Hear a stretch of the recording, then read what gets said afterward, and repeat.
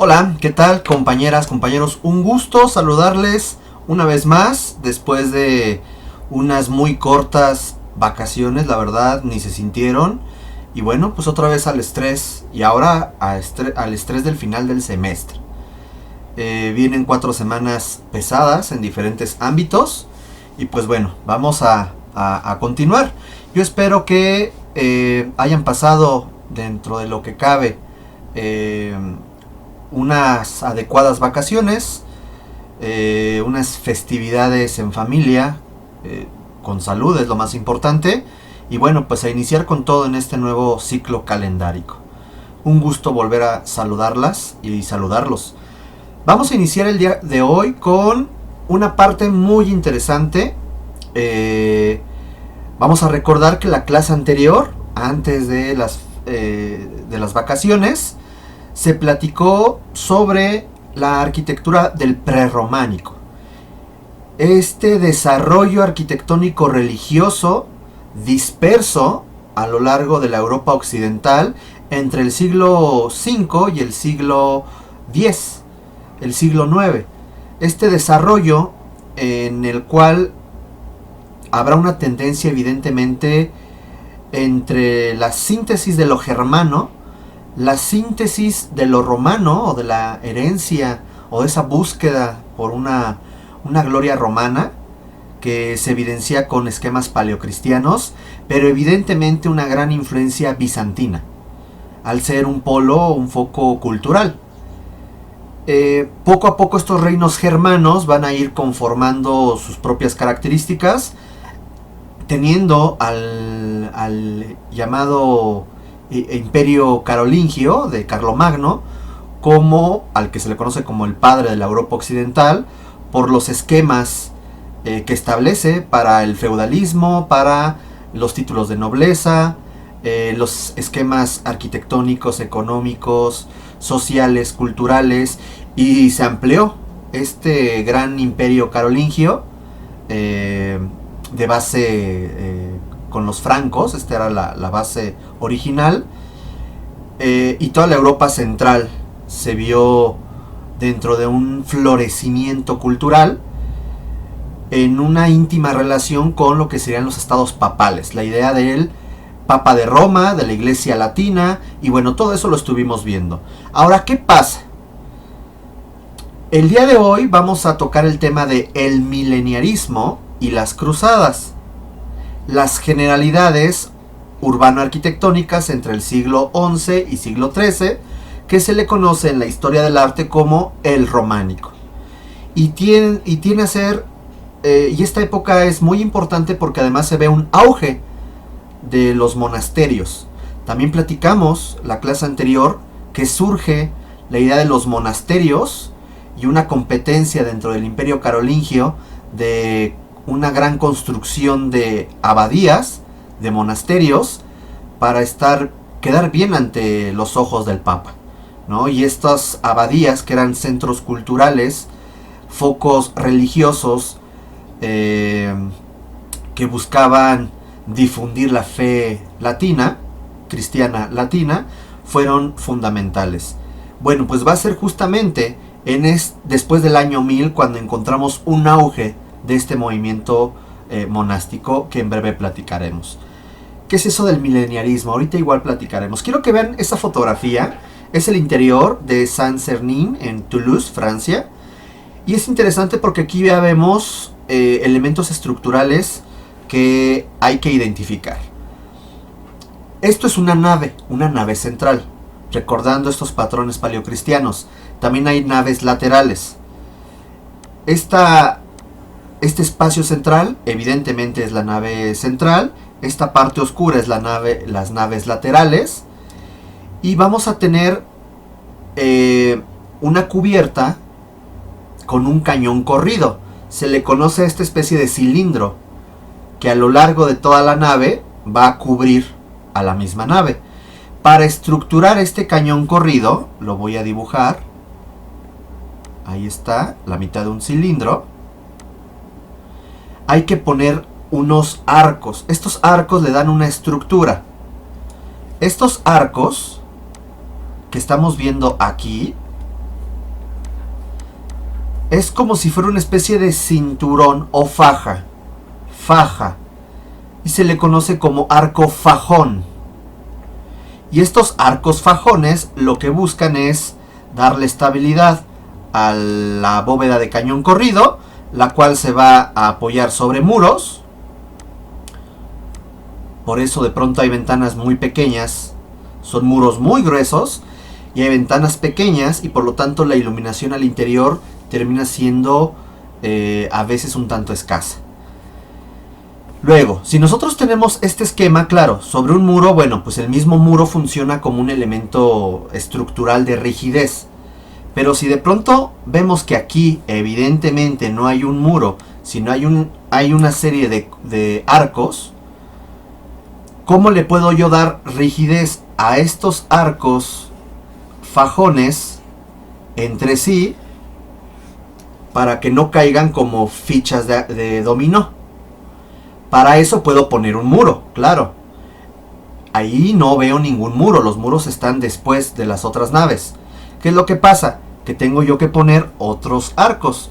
Este arco, que termina dándole rigidez entre sí a los arcos fajones, insisto, para evitar que se caigan como piezas de dominó, se les va a llamar arcos formeros.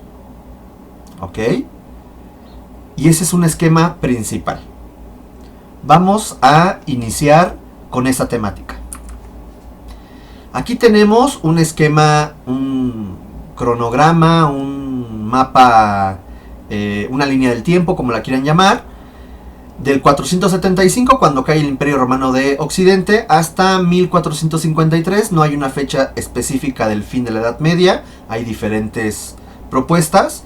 Podemos entender que hay dos etapas de la Edad Media. Una alta Edad Media, que corresponde antes del año 1000, y la baja Edad Media, que corresponde a después del año 1000. Por lo tanto, la arquitectura de la alta Edad Media es la arquitectura prerrománica y el primer y segundo apogeo de la arquitectura bizantina. Y en la llamada baja Edad Media ya encontramos un gran florecimiento de la Europa occidental con el románico y el gótico, y por ahí encontramos un foco ya no de las antiguas glorias, pero es un foco, una época importante para el desarrollo de la arquitectura bizantina. Se acordarán, la tercera época dorada, que ya influye a los Balcanes, a Rusia. Vamos a ir ubicando, no vamos a repasar todo esto, nada más es para ubicarnos en dos cosas. Primero, las dos etapas de la Edad Media, la alta y la baja, y ubicarnos por religiones. Esto va a ser muy importante. La Edad Media, el motor importante de la Edad Media es la religión. Recordemos que encontramos a los ortodoxos con el Imperio Bizantino y sus tres diferentes edades de oro, que aquí se encuentran en estas manchas. ¿Ok? Luego encontramos a los cristianos latinos, en los cuales encontramos a los estados papales, encontramos al Reino de Francia y al Sacro Imperio Romano Germánico, lo que hoy correspondería a gran parte de los territorios de Alemania.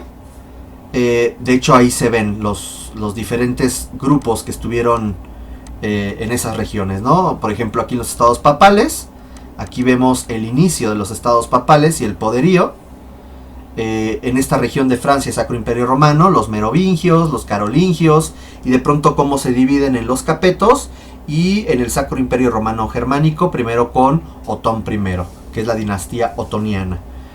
Encontramos también a lo que sería hoy en día Gran Bretaña, con los anglos, sajones, jutos, celtas, escotos, hasta que surge el Reino de Inglaterra y el Reino de Escocia. Pero no hablaremos tanto de ello debido a que nosotros tenemos una mayor relación evidentemente con España, con la península ibérica, con Francia, por ser un foco cultural que siempre estuvo influenciando a Europa occidental y posteriormente, después de otros siglos, a todo el mundo. Los estados papales por la religión católica, y obviamente Italia. Son estas tres regiones que siempre será importante darle una revisión para también entender qué pasa con nuestra arquitectura, la cual se va a ir entendiendo a lo largo de los siguientes semestres. Y una última religión, la cual hablaremos al final de, en 15 días, que es el Islam, que tiene que ver mucho con el desarrollo, o el choque, mejor dicho, la tensión entre lo que es la arquitectura islámica y lo que vamos a ver el último día de clase, con la arquitectura cristiana ibérica. ¿Qué pasa en este choque? Y eso tiene que ver como un antecedente de lo que, insisto, es entender también la arquitectura que se va a desarrollar aquí en México durante el periodo virreinal. Teniendo en cuenta esta línea del tiempo, vamos a abordar nosotros qué es el desarrollo del prerrománico específicamente en este núcleo. Lo que sería la zona de Francia, lo que sería el norte de Italia, también llamado el sur del Sacro Imperio Romano Germánico porque estaban dentro de este imperio, y los núcleos cristianos de Iberia. Son las tres regiones que vamos a ver en esta clase a manera de revisión. Así como hubo antes de la caída del Imperio Romano Occidental una serie de invasiones germanas de esta región, empujado en gran parte por las invasiones de Atila el Huno, que venía desde Asia y que estuvo haciendo ahí su relajo en la Europa Oriental. Las invasiones ha sido algo muy común a lo largo de la historia y en muchas regiones. Acuérdense que anteriormente habíamos hablado, por ejemplo, de las culturas indoeuropeas que hicieron una serie de invasiones en Europa y en la parte del Medio Oriente, llegó hasta la India. Los grupos del pueblo del mar, ¿se acuerdan? Los jonios, los dorios, etcétera. Están los grupos germanos, encontramos grupos semitas, en fin, hay muchas invasiones. Pues justamente en el siglo IX y el siglo X va a haber otra oleada de invasiones.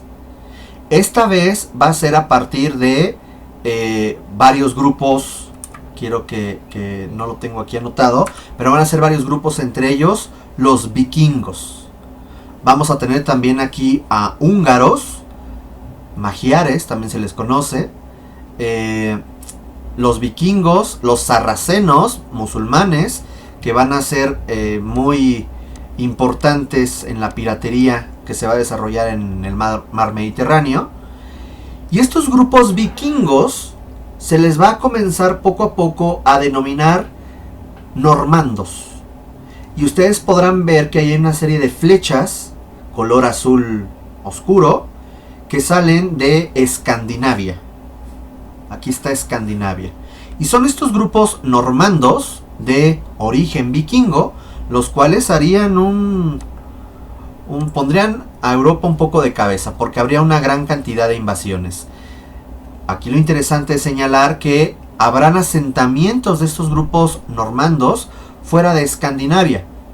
Y van a existir dos asentamientos. Primero, en Sicilia, sí, al sur de Italia, y Normandía, que nos suena mucho en la Segunda Guerra Mundial. Bueno, pues Normandía tiene que ver por los normandos. Y todo lo que sería la zona de Inglaterra sería invadida por los normandos. Y se establecería una dinastía después de la batalla de Hastings, en donde ya hablamos de señores normandos que se establecen en la isla de Bretaña.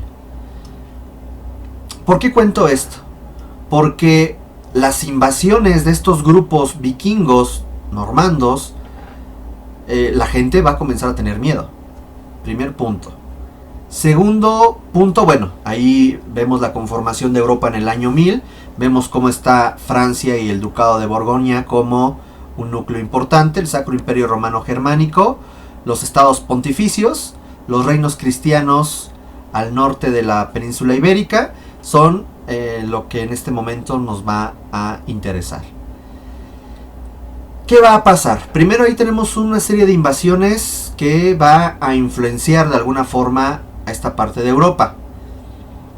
Entre el siglo XI, y ahorita volvemos a las invasiones, entre el siglo XI y siglo XIII vamos a tener en Francia, Alemania, norte de Italia y norte de Iberia como los principales focos de Europa Occidental, el desarrollo de esta baja Edad Media.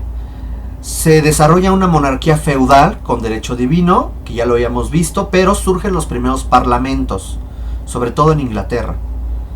En lo social sigue un esquema estratificado, la clase noble hasta arriba y el pueblo llano, los siervos hasta abajo. En el aspecto económico comienza un auge y una expansión del feudalismo. Acuérdense que es una economía más agrícola, más agraria, alejada del comercio. Pero surgen los primeros burgos. Los burgos son asentamientos de tipo urbano comercial, en donde evidentemente va a comenzar a florecer el comercio y la industria artesanal. De ahí la idea de los burgueses, porque se relaciona a aquellos comerciantes y artesanos que comenzaron a tener dinero. Entonces estos burgos van a tener a los burgueses, que después van a ser muy importantes. En el pensamiento y la religión se expande y se consolida el cristianismo romano latino mediante una gran cantidad de abadías y las cruzadas. La vida va a girar en torno a la religión y a los designios de Cristo, y se va a desarrollar la escolástica. Ya les había comentado que la escolástica es cuando, ¿por qué llueve? Pues porque Dios así lo quiere. ¿Por qué se murió? Pues porque así Dios lo quiere.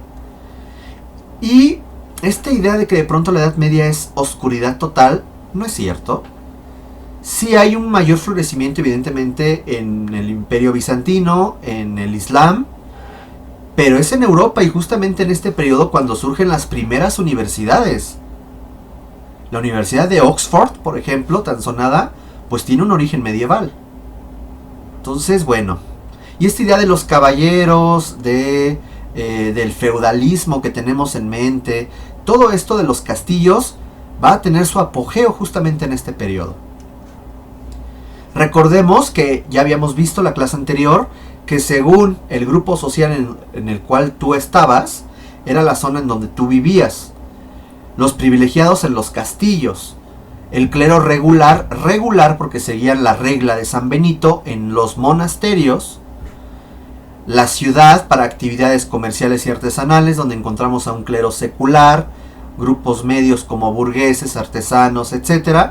Y las aldeas o villas para la gente que no tenía tierra. ¿Ok?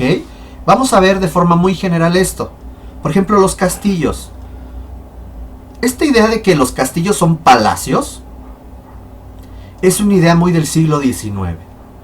Los castillos medievales eran castillos principalmente defensivos, en donde se reunía el grupo privilegiado, el señor feudal y su familia, principalmente en la torre más alta, que se le llama la torre de homenaje, y que era la última en llegar si es que el castillo fuera invadido. Los castillos tienen un origen romano, como fortificaciones, pero el gran auge de los castillos va a ser en la Edad Media, principalmente después del año 1000, en una región llamada Castilla, en España. Pero será algo que veremos a lo largo de la Europa Occidental. Los castillos van a tener diferentes componentes y diferentes espacios. De forma muy general, existe una entrada, la cual se le conoce como barbacana.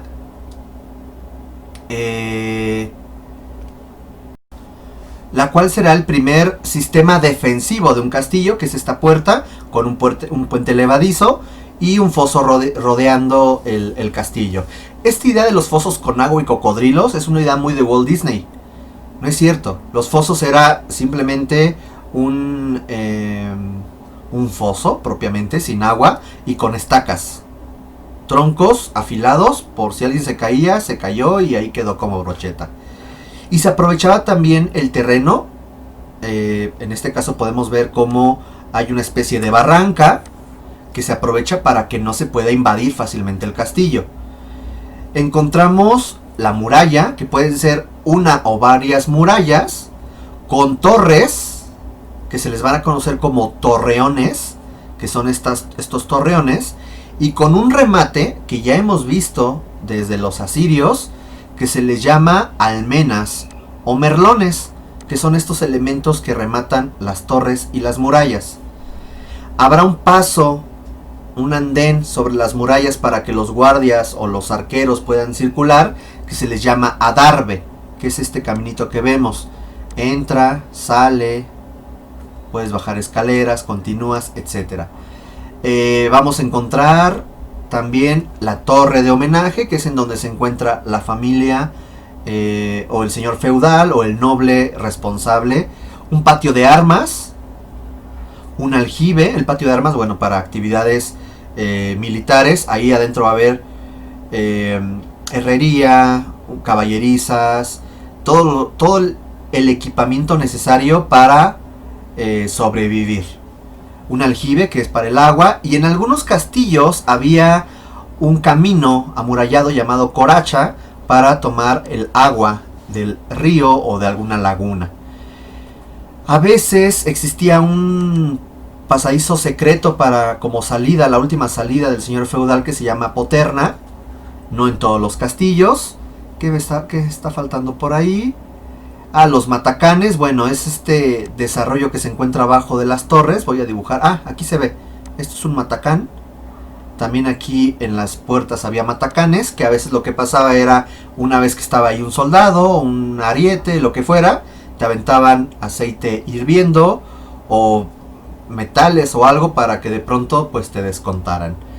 De forma general así funciona un castillo. Hay variantes. Estos variantes donde las torres se ven sin cubierta, es una variante muy inglesa o muy ibérica. Sin embargo, los castillos que ustedes vean con cucuruchos, con estas torres cónicas, cubiertas cónicas, son muy francesas. ¿Ok? Bien, aquí hay algunos ejemplos. Castillo de Loré en Huesca, Iberia. Vemos cómo se encuentra en la parte más alta de la serranía y puede tener diferentes murallas defensivas.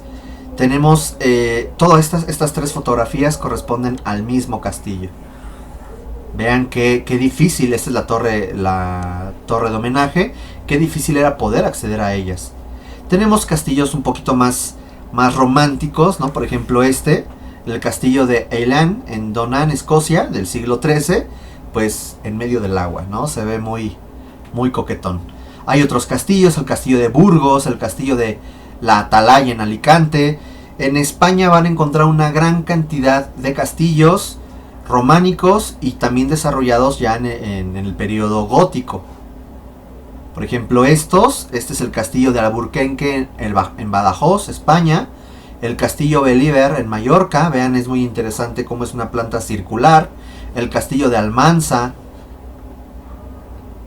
¿Y qué va a rodear estos castillos? Hay que entender que estos castillos encontraba un señor feudal, que era el encargado de cuidar un feudo.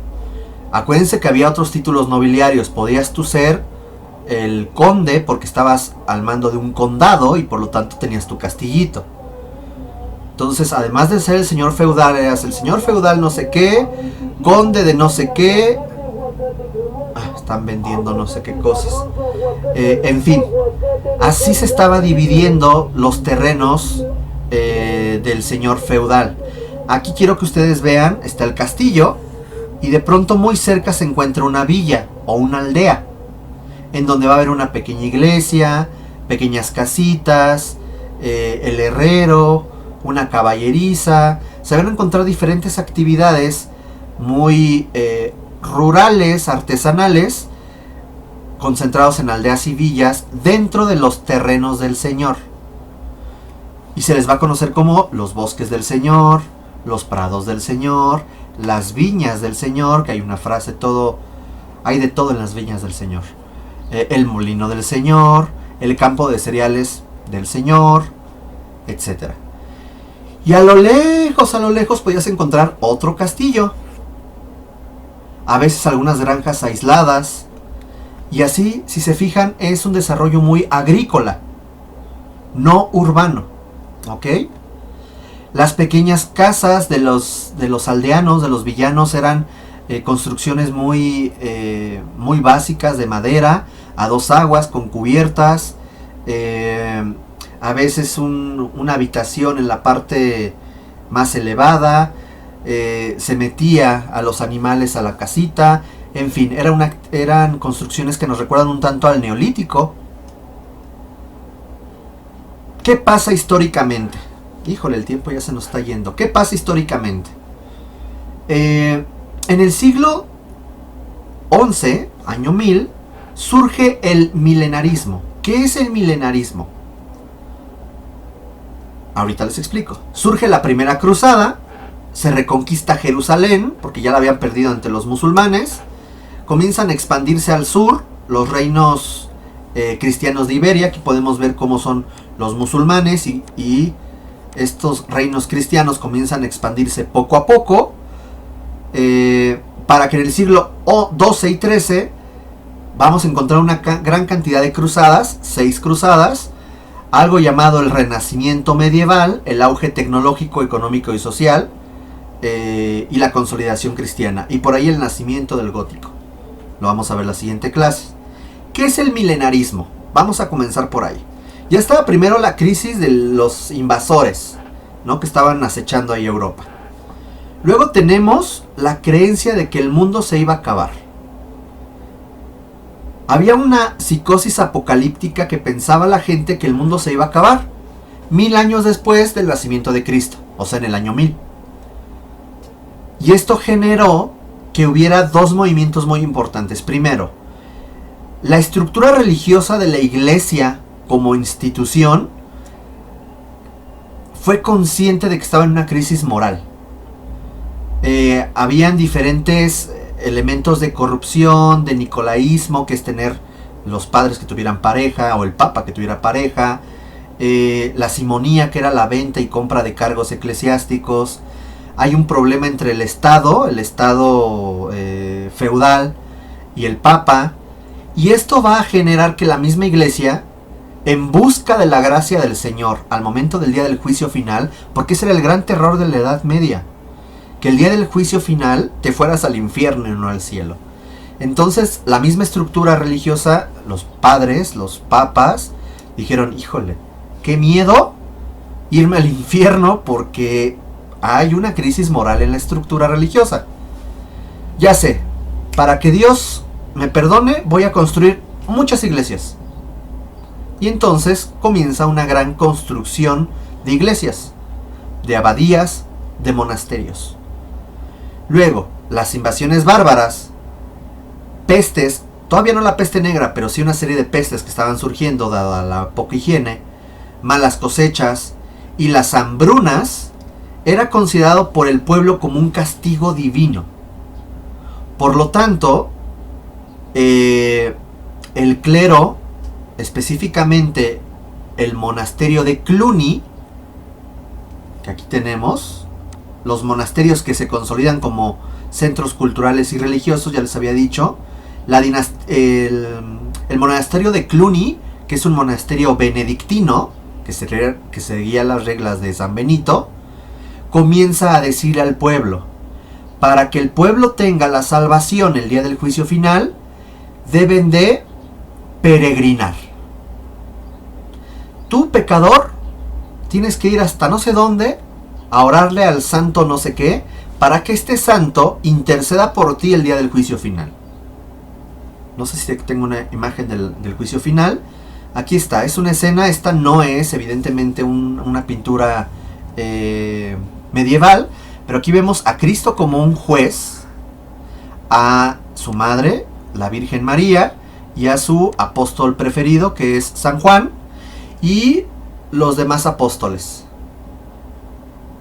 Abajo estamos viendo,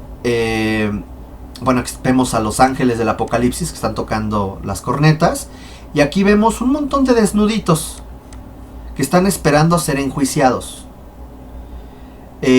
Va a haber una balanza, algo muy egipcio. Esto ya lo habíamos visto en el libro de los muertos.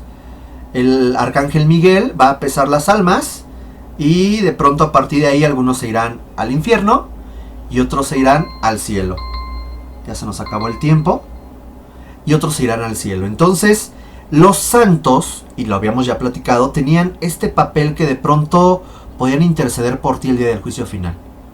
Y decirle a Dios, oye, pues mira, no fue tan mala onda. De hecho, la Virgen María y San Juan también se supone estar intercediendo por la humanidad. En fin, esta idea va a originar que las personas hagan grandes recorridos de un lado a otro en Europa buscando la salvación. Por lo tanto, surge la iglesia de peregrinaje. Y ahorita vamos a ver qué es eso de la iglesia de peregrinaje. En breve continuamos. Gracias.